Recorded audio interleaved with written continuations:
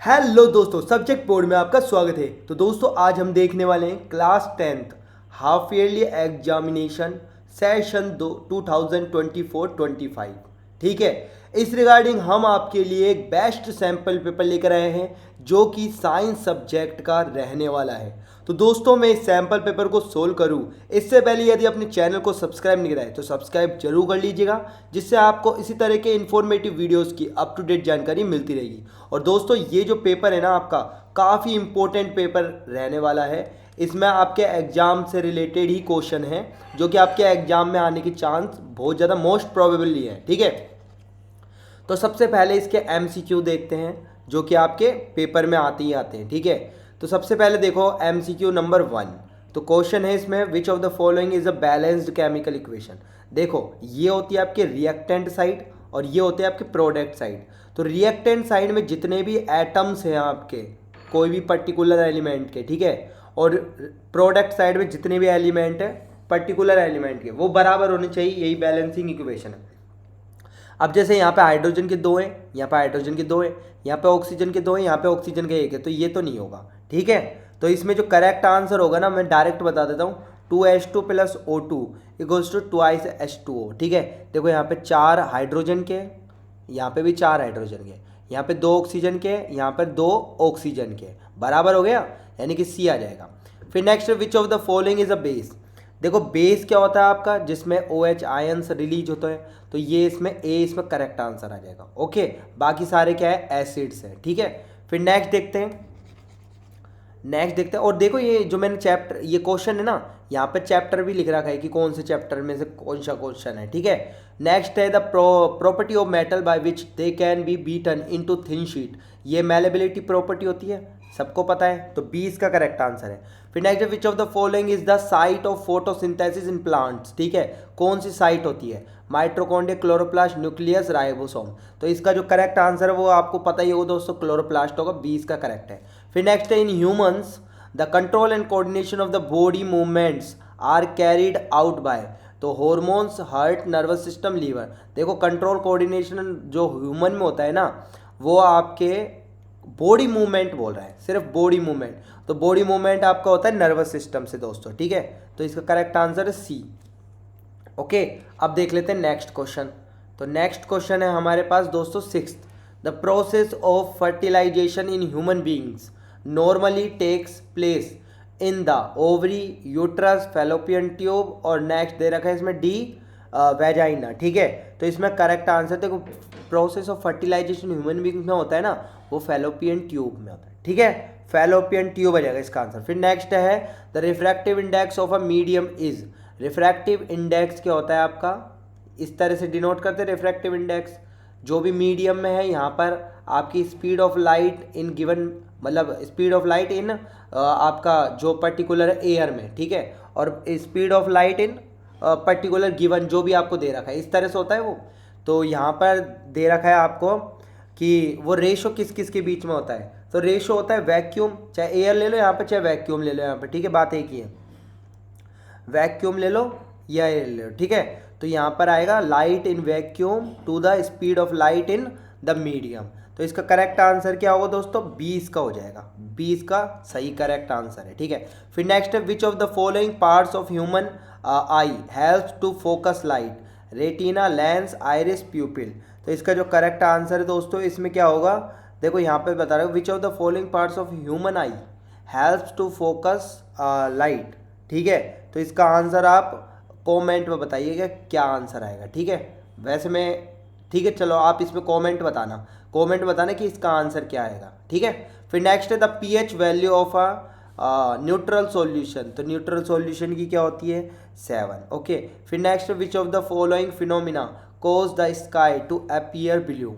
तो appear blue किसके कारण होता है, वो स्कैटरिंग ऑफ लाइट के कारण। 20 का करेक्ट आंसर है। आपको पता है स्कैटरिंग ऑफ लाइट क्या होता है। ठीक है, अब देख लेते हैं नेक्स्ट।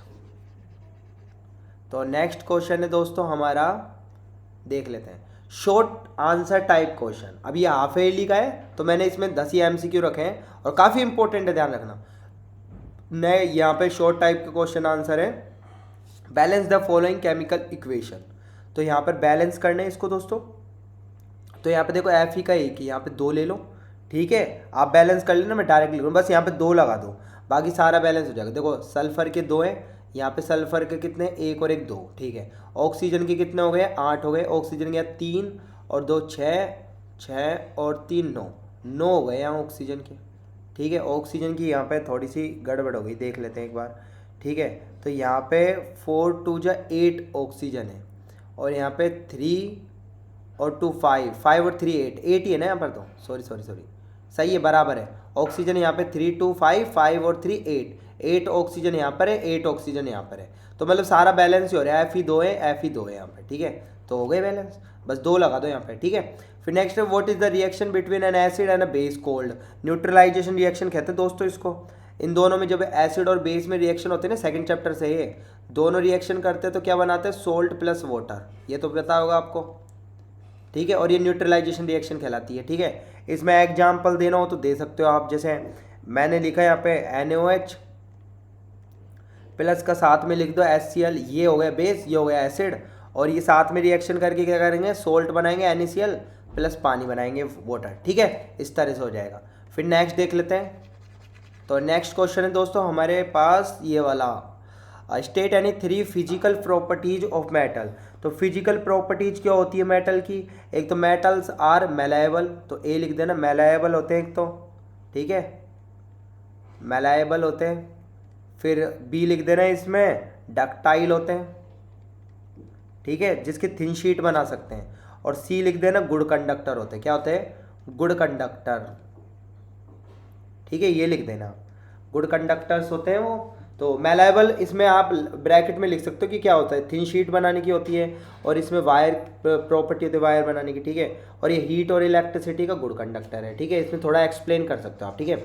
फिर नेक्स्ट है आपका, explain the process of nutrition in human beings. तो न्यूट्रिशन इन ह्यूमन बींग्स में कैसे होता है, ये आप, मैं अभी देखो यहाँ पर बता सकते हो। जैसे सबसे पहले आता है इंजेशन, क्या होता है, इंजेशन, ठीक है, जो वो माउथ से लेता है। फिर सेकंड प्रोसेस क्या होता है, डाइजेशन, डाइजेशन। फिर नेक्स्ट होता है एब्जॉर्प्शन, क्या होता है, एब्जॉर्प्शन। फिर नेक्स्ट होता है एसिमिलेशन, क्या होता है, एसिमिलेशन। फिर नेक्स्ट होता है इजेशन, क्या होता है, इजेशन, ठीक है। इस तरह से देखो, इंजेशन में क्या होता है आपका, taking in food through mouth, ठीक है। फिर डाइजेशन में क्या होता है, breaking down complex food into simpler molecule in the stomach and intestine. फिर नेक्स्ट होता है absorption, nutrients are absorbed into blood through the walls of the small intestine.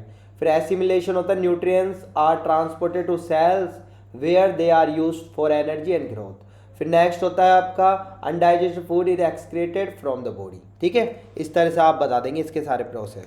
फिर नेक्स्ट देखते हैं दोस्तों 15th question, how does the nervous system help in controlling body movement. तो इसमें कैसे मूवमेंट, बॉडी मूवमेंट को कंट्रोल करता है वो मैं आपको बताता हूं, ठीक है। तो देखो 15th, तो इसमें देखो सबसे पहले होती है सेंसरी रिसेप्टर, सेंसरी रिसेप्शन, ठीक है, सेंसरी रिसेप्शन। फिर नेक्स्ट होता है प्रोसेसिंग, और फिर नेक्स्ट होता है रेस्पॉन्स। देखो सेंसरी जो रिसेप्शन होता है ना, उसमें क्या होता है, डिटेक्ट करता है, detects changes in the environment, ठीक है। प्रोसेसिंग में क्या होता है, the brain process the information. और रेस्पॉन्स में क्या होता है, नर्व्स सेंड सिग्नल, नर्व क्या भेजती है ना, nerve send signals to muscle to bring about movement, ठीक है। इस तरह से 3 पॉइंट में आपका कवर हो जाएगा इसका आंसर। फिर नेक्स्ट दोस्तों 16th, what is binary fission, explain with example. तो बाइनरी फिजन देखो आपका क्या होता है, एक टाइप का एसेक्सुअल रिप्रोडक्शन होता है दोस्तों, और उसमें सिंगल ऑर्गेनिज्म क्या होता है, डिवाइड होता है इनटू 2 आइडेंटिकल डॉटर ऑर्गेनिज्म, ठीक है। इसके एग्जांपल में आप बता सकते हो, अमीबा हो गया, अमीबा, ठीक है। अमीबा क्या करता है, सिंगल सेल का होता है और अपने न्यूक्लियस को डिवाइड करके 2 डॉटर सेल में कन्वर्ट कर देता है आइडेंटिकल में, ठीक है। इसमें आप लिख सकते हैं। फिर नेक्स्ट है explain the laws of reflection of light, ये आपको आता होगा दोस्तों, आई होप, मैं उम्मीद करता हूँ। ये कमेंट में बताना क्या आंसर है इसका, ठीक है। फिर next describe how the human eye adjust itself to focus on object at different distances. तो ये डिफरेंट डिस्टेंस पे कैसे एडजस्ट होता है, सिलियरी मसल की वजह से। किसकी वजह से, सिलियरी, ये वाई है ना, सिलियरी मसल्स की वजह से ये क्या हो जाता है, अपने आप को, अपने वो जो लेंस है ना उसको एडजस्ट कर लेता है, ठीक है। जैसे अगर ज़्यादा दूरी पर देखना हो तो लेंस को पतला कर देता है, तो पास देखना हो तो लेंस को मोटा कर देता है, तो इस तरह से ये करता है, ठीक है। तो ये तो हो गए दोस्तों। अभी इनके आंसर भी मैं आपको बता दूंगा, ठीक है, एक साथ ही, ठीक है, ताकि आपको कोई मतलब बिल्कुल प्रॉब्लम ना हो, ठीक है। आंसर में कुछ प्रॉब्लम नहीं होगी, आप बस यहीं से याद कर लेना सब कुछ, ठीक है। देखो यहाँ पे सेक्शन सी लॉन्ग टाइप का क्वेश्चन है। इसमें पहला देखो रखा है डिफरेंशिएट बिटवीन ऑक्सीडेशन रिडक्शन।